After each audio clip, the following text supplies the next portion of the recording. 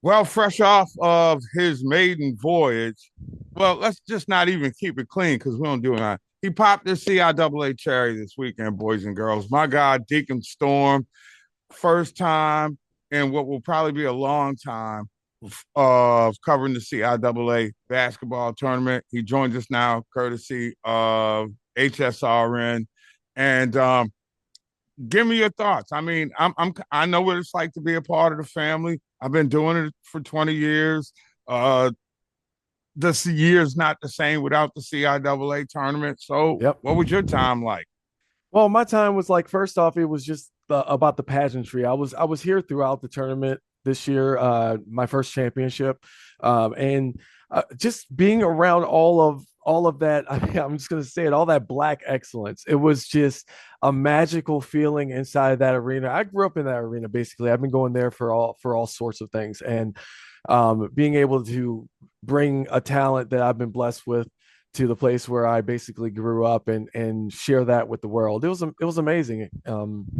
I can't say too much about it, enough about it, I should say. I'm not going to sell it, but I'm going to let somebody like you because I know what it's about. I've seen it, in numerous places, and the atmosphere stays the same. But if you could put it into your words, away from the basketball, what that atmosphere is like, because it's something bigger. And now that you've got that walk around concourse, it's really different in Charm City. Yes, it is. Now I'll tell you what, being it's really much different from sitting in the seats and you pay your ticket, you buy your concessions and you enjoy the show. It's different when you can walk around the backstage and you see all of the people that are preparing for what they're going to do, what their part is in the CIAA, whether it be someone that's on the cheerleading team, somebody that's in a mascot costume, or just handing out papers, making sure that we have the rosters that we're supposed to Right. have. And it's all like a big family atmosphere because we all have the same goal, and that's to make the CIAA bigger and better every single year that it comes here to Baltimore. And as one who lives in Baltimore, how have you Yes. seen it progress since it's got there? The excitement around the city, because like originally it used to be just like, okay, yeah, it's February, we're doing whatever, it's still cold, we're gonna get out of this, I can't wait for spring. Now you see the banners hanging up downtown as you're driving down Light Street and you're like, oh, okay, there seems to be a little bit of a party atmosphere and it's starting to spread. You're having your shows out at Power Plant, you're having your restaurant deals going on because they want to provide for the players and the families visiting. And it's just, man, it just feels really good down there. It's a really feel good experience, just to be around the Inner Harbor and the arena and downtown around this time. Here's Deacon Storm. He was my color analyst this weekend for the CIAA basketball tournament in Baltimore. And I think the big storylines, and your tournament is like that now, when Winston-Salem State's women win the CIAA championship for the first time. Now, on the men's side, they have the legend that is Clarence Big House Gaines. So, one of the great coaches in the history of the game. But for the women, it was the first time they had ever won the conference tournament. They get a shout out from Stephen A on First Take. How Oh big is man, that? that's huge. That's huge. I totally missed that. But now that was another moment that, while we were standing there, we're giving a standing ovation, we're cheering. We're not supposed to do that really, because we're not taking sides, but we're happy about the moment for Yeah, WSSU. exactly. And that was seeing the looks on those girls' faces, especially someone like Nevaeh Farmer, who had played her behind off that entire tournament and then turned it up to the next level in the championship game. It was just good seeing good things happen to good people. And talk about what you saw, how you looked at from a straight up game analyst perspective, the quality of the tournament basketball each and every day. I think people just kind of get used to the scene during the regular season Yeah. when you see people in small like bandbox gymnasiums on court. It's a different atmosphere, and these kids certainly rose to the occasion in a bigger venue. Yes. Now, I called throughout the tournament. I called first round quarterfinals. I didn't do semifinals, but I did the championship.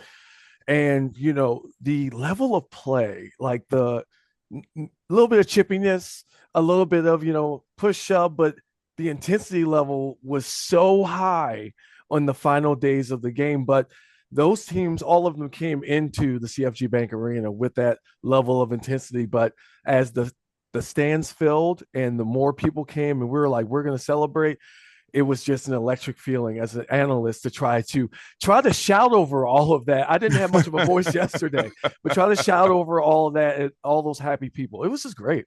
And then there's the in between game. Well, the breaks and Yes. let's talk about the CIAA tournament playlist, because I will venture to say if you go to the Big Ten or the ACC, you're not going to have the playlist, which kind of begins with my generation and folks like, I don't know, Earth, Wind, and Fire, Roy Uh-huh. Ayers. Yeah. And for the young people who don't know who Roy Ayers was, you know a lot of his samples. Just see Biggie Smalls. You know what I'm saying? Yeah. Yeah. And But let's talk about that playlist inside that building, man. It's kind of sick. it was who that DJ was just on fire. I mean, Cameo Candy was playing. That's Right. the first basketball tournament I've ever been to Crystal where Waters Crystal and Waters, they and played they played When I See You. Gypsy Woman. Yeah, yes, Gypsy. Oh yeah, that was good. They played When I See You by Fantasia in its Yeah. entirety. I've never seen that happen before, but that was during a ref timeout because they were reviewing a play. But that kind of stuff where you just sit there. You're not just going to sit there bored. You're gonna move. And the CIAA tournament had everybody in that building moving, including us.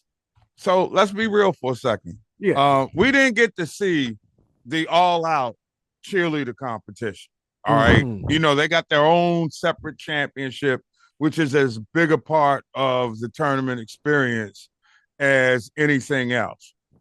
But if you just looked at, and I'm putting you on the spot, sorry, All that's good. what I do. It's all good. Of the cheerleaders who performed before you between breaks, Ooh. who stood out the most? Who would you give the MVC award to, the most valuable cheerleaders? I'm gonna tell you, when I saw WSSU in Fayetteville State, when I saw their teams hit the floor, they were stomping. They were out there doing it big. And we're 2 floors up, but like there was some movement down there on the court. All right. You think it might have registered on the Richter scale, perhaps? It might. It sounded like it did in there. That's all. You're gonna get me in trouble, man. Deacon Storm with us, first time analyst for HSRN as we recap the CIAA tournament here on OG Sports Rap Network, and Substack. All right, let's get down to some serious stuff here. I'm not that far from Capitol Hill where they do a lot of lobbying. So I'm going to lobby for the CIAA. You got a bunch of ranked teams going into this tournament. And in your opinion, despite the automatic bids that go to the two winning teams, who do you think looks like the best at-large candidate on both sides, men and women? I might have some trouble with the women, but I will tell you, I've been looking at Michigan State, and I like what's happening over there. I've been seeing them in the news a lot. I haven't been able to follow them too much, to be completely honest, but I know that in the beginning of the season they were there. I know they're going to be in the tournament, so I'm looking at them. Maryland, I know that we've been doing pretty good as far as the season too, but I don't know if we don't ever really go too deep, especially right now. So, well, my whole thing is this: we're gonna lobby now because Maryland is. Yeah, no, I tried to speak for the home team. I tried to pick them up. Yeah. I'm trying to stave off some wounds for covering football season. It was just tough, but you look up and down the CIAA. CIAA gets automatic bids. Yes.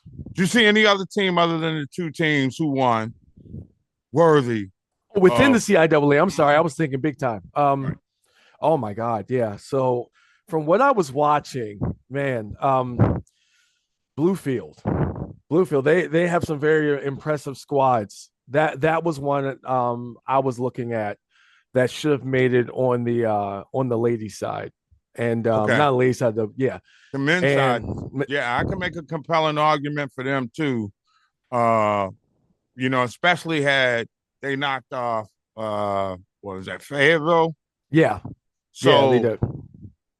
my whole thing is, I think both those teams proved. I think that the CIAA, in my opinion, is a at least a three bid conference, Yeah, and you said that. big three would be the two championship game finalists Uh-huh. and Virginia State. And Yeah. Virginia State has a Division I win on their under their belt, and that's got to count for something. I know Delaware State's power ranking wasn't one of the highest in Division I, but it's still a CIAA victory over a MEAC opponent in a neutral site. Um, that would be my argument. And based upon what you saw, would you buy into that?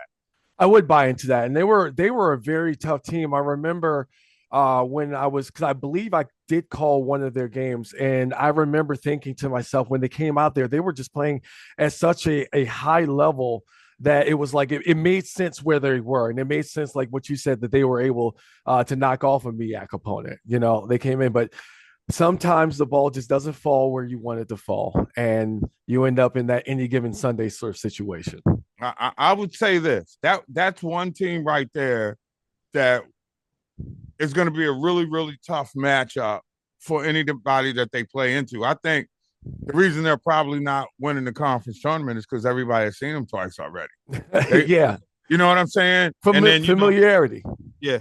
And I think another interesting point was how um, you had a coach and Luke D'Alessio who was at Fayetteville last Yes. year, and now he's coaching Bluefield, and they get to the championship game and he loses to his old team. Yeah, I mean the storyline there was great, and also the starting five was all that starting five was all in the previous team the year before, and it was just a huge storyline of a lot of players because the players followed D'Alessio, so it was just a great story to tell and a great way to cap off and at the end of the tournament and the whole weekend. It was just really good. Now, but I do agree with you on Virginia State.